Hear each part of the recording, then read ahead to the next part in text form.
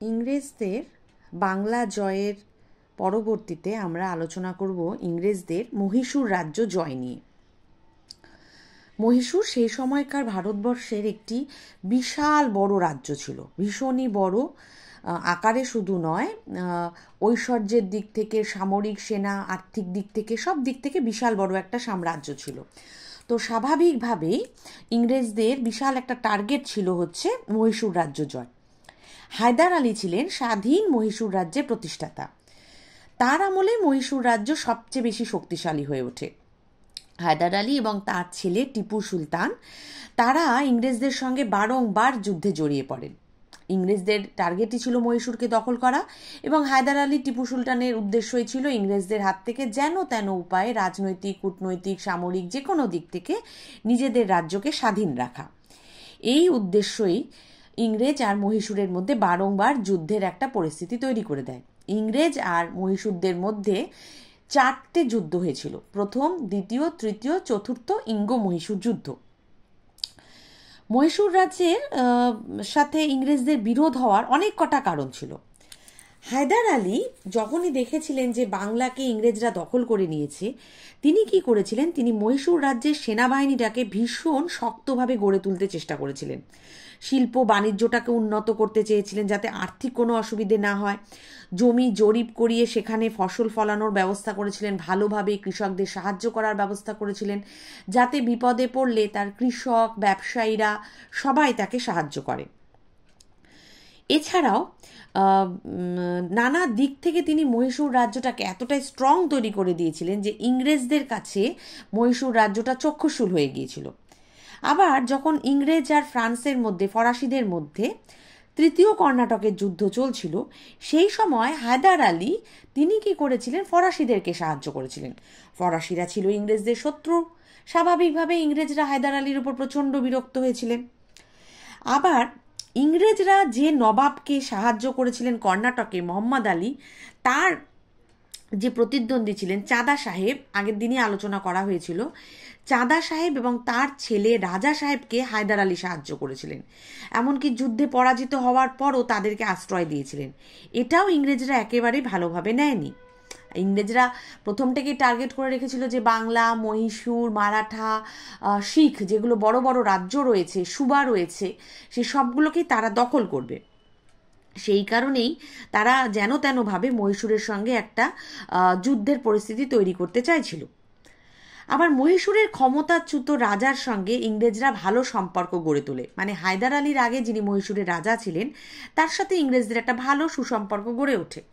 ফলে সেখান থেকেও ইংরেজ আর হায়দার আলীর মধ্যে বিরোধিতা শুরু হয়। মানে যাকে ইংরেজরা সাপোর্ট করেছে, হায়দার আলী তার বিরুদ্ধ পক্ষকে সাপোর্ট করেছেন। আবার যাকে হায়দার আলী সাপোর্ট করেছেন, ইংরেজরা তার বিরুদ্ধ পক্ষকে সাপোর্ট করেছেন।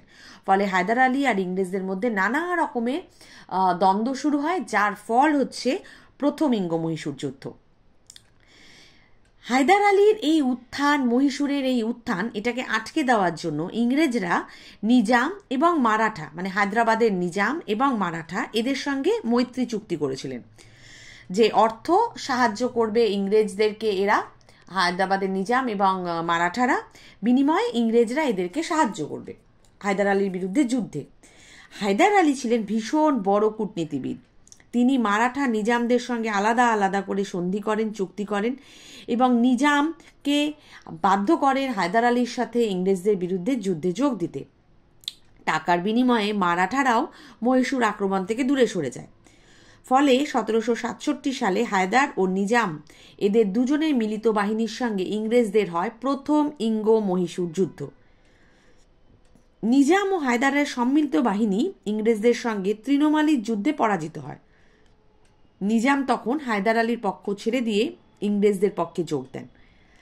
নিজাম ইংরেজ পক্ষে যোগ দিলেও তাতে বিচলিত না হয়ে হায়দার আলী একাই ইংরেজদের বিরুদ্ধে যুদ্ধ চালিয়ে যান।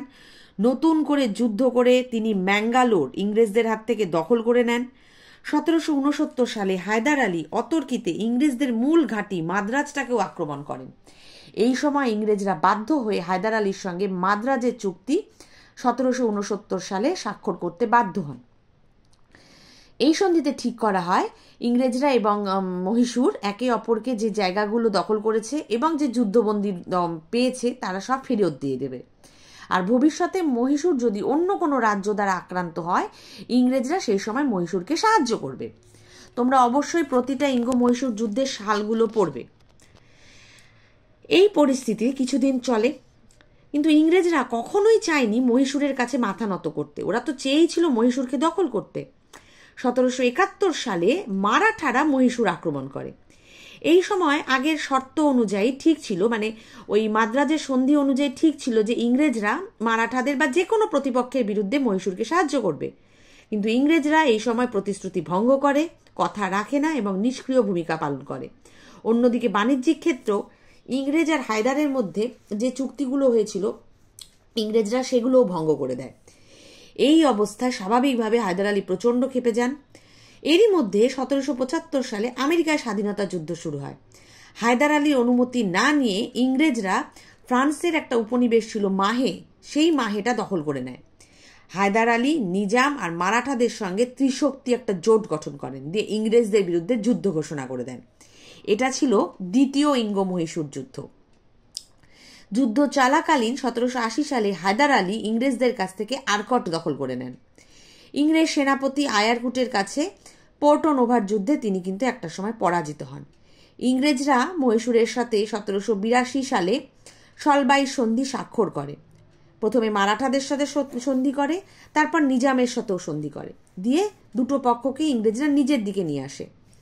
হায়দার আলী একদম একা হয়ে যান। হায়দারের পুত্র টিপু সুলতান তানজোরের যুদ্ধে ইংরেজ সেনাপতিকে হারিয়ে দেন। তখন হায়দার আলীর সাথে ইংরেজদের আবার একটা চুক্তির পরিস্থিতি তৈরি হয়। হায়দার আলীর এর মধ্যে ক্যান্সার ধরা পড়ে, তিনি মারা যান 1782-তেই। তারপরও যুদ্ধ চালিয়ে যান টিপু সুলতান। 1784 সালে টিপু সুলতানের সঙ্গে ইংরেজদের ম্যাঙ্গালোরের সন্ধি স্বাক্ষরিত হয়, সাল 1784।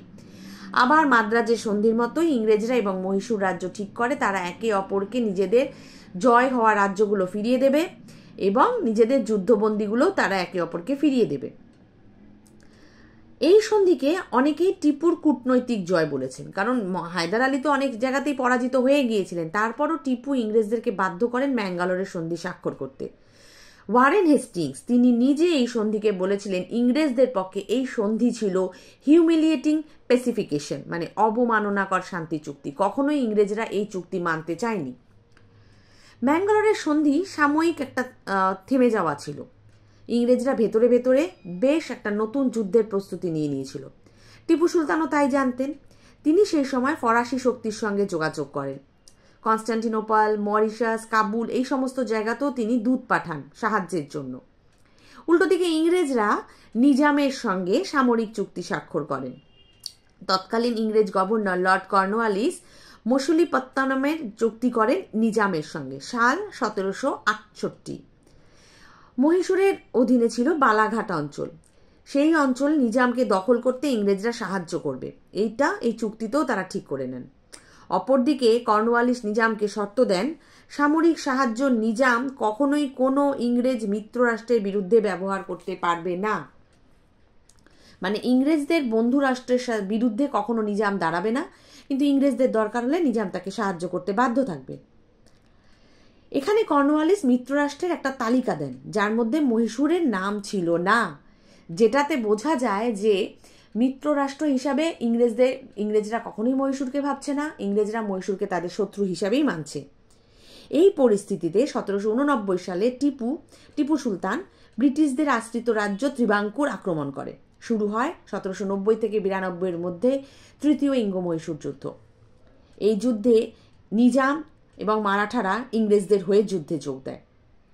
কর্নওয়ালিস স্বয়ং যুদ্ধ পরিচালনার দায়িত্ব গ্রহণ করেন। পুনরায় তিনি ম্যাঙ্গালোর দখল করে নেন। টিপুর রাজধানী শ্রীরঙ্গপত্তনম পর্যন্ত তিনি আক্রমণ করেন। বীরত্বের সঙ্গে যুদ্ধ করেও টিপু সুলতান একটা অপমানজনক সন্ধি স্বাক্ষর করতে বাধ্য হন, শ্রীরঙ্গপত্তনমের সন্ধি, সাল 1792। পরাজিত টিপু সুলতান তার রাজ্যের অর্ধেক অংশ ইংরেজ, মারাঠা, নিজামদেরকে ছেড়ে দিতে বাধ্য হন। যুদ্ধের ক্ষতিপূরণ বাবদ 3,30,00,000 টাকা দিতে বাধ্য হন। যতদিন না তিনি সে টাকা শোধ করতে পারছেন, তার জামিন হিসাবে তিনি তার নিজের দুই নাবালক পুত্রকে ইংরেজদের হাতে ছেড়ে দিতে বাধ্য হন। এটা সম্রাট হিসেবে যতটা অপমানজনক ছিল, বাবা হিসেবেও টিপু সুলতানের কাছে ভীষণ অপমানকর ছিল। শ্রীরঙ্গপত্তনের সন্ধি আসলে টিপুর কাছে একটা চূড়ান্ত পরাজয় হয়ে গিয়েছিল। টিপু সুলতান স্বাভাবিকভাবে এতে থেমে থাকেননি। বীর যোদ্ধা ছিলেন তিনি। তাকে তার বীরত্বের জন্য মহীশূর শার্দুল বা টাইগার অফ মাইশোর বা মহীশূরের বাঘ বলা হতো। মানে এতটাই স্বাধীন চেতা এবং শক্তিশালী বীর যোদ্ধা ছিলেন তিনি একটি শিয়ালের মতো 100 বছর বেঁচে থাকার চাইতে তিনি বাঘের মতো অল্প দিন বা একদিন বেঁচে থাকাকে বেশি প্রেফার করতেন। এতটাই স্বাধীন চেতা ছিলেন তিনিও ভেতরে ভেতরে তৈরি হয়ে গিয়েছিলেন চতুর্থ ইঙ্গ মহীশূর যুদ্ধের জন্য। 1792 সালে শ্রীরঙ্গপত্তমের এই সন্ধি টিপুর পক্ষে ভীষণ অপমানজনক ছিল। স্বাভাবিকভাবে তিনি নিজের ক্ষমতা বৃদ্ধি করতে থাকেন, সেনাবাহিনী সুসংগঠিত করেন, ভেতরে ভেতরে যেসব ক্ষয়ক্ষতি হয়ে গিয়েছিল সেগুলোকে ঠিক করেন, ফ্রান্স, মরিশাস, কনস্টান্টিনোপলের সঙ্গে যোগাযোগ করেন। তোমরা ক্লাস 9-এ পড়েছিলে ফ্রান্সের জ্যাকোবিন দল, সেই জ্যাকোবিন দলের সঙ্গেও কিন্তু টিপু সুলতান যোগাযোগ করেছিলেন, মানে ফ্রান্সের সাহায্য পাওয়ার আশায়।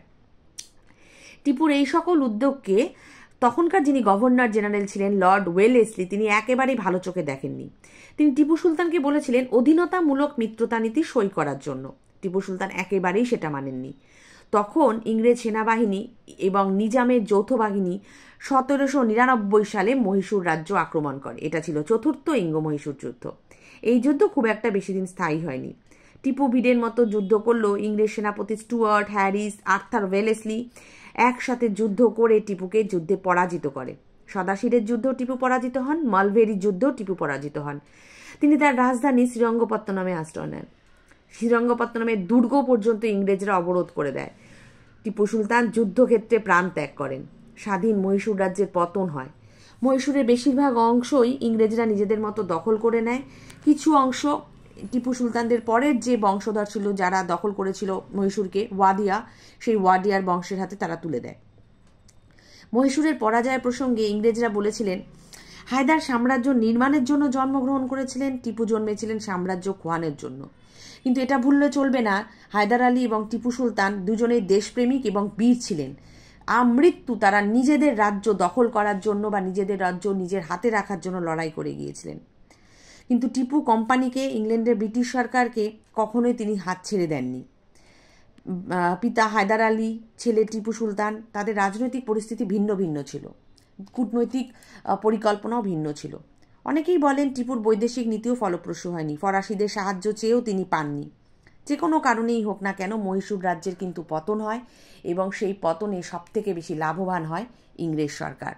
মহীশূর, বাংলা দুটো অংশ ইংরেজরা দখল করে নেয়। এরপর এদের হাতে থাকে বা এদের নজরে থাকে মারাঠা এবং বাংলা।